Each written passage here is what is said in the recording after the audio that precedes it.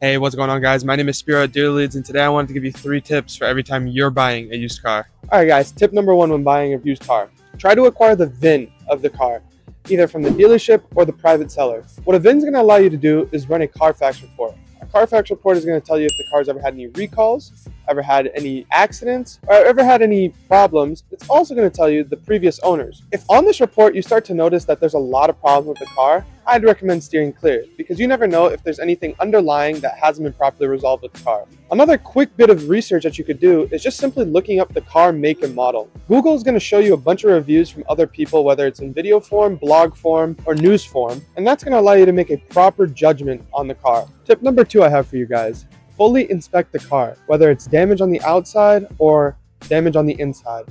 Better yet, have a mechanic do it for you. A trained eye is always better than an untrained eye. And if a mechanic can see something that you can't, it's going to save you a lot of time, money, and hassle later on. And finally, my last tip of advice for you guys: always test drive the car. You always want to test drive the car. If the person selling it doesn't let you test drive it, that usually means there's an underlying problem or a hidden problem that they don't want you to find out about. And whether it's something on the dashboard or something with the transmission, you want to find out if there's anything wrong with it by test driving it. Never blind buy without test driving it. And then after test driving it, you always want to negotiate. You can always negotiate a price on a used car, whether it's a big dealership or just a private seller on Facebook. You can always negotiate. Anyways, with that being said, I hope you guys found some informative value from this video. I hope you guys make an educated purchase on your next used car.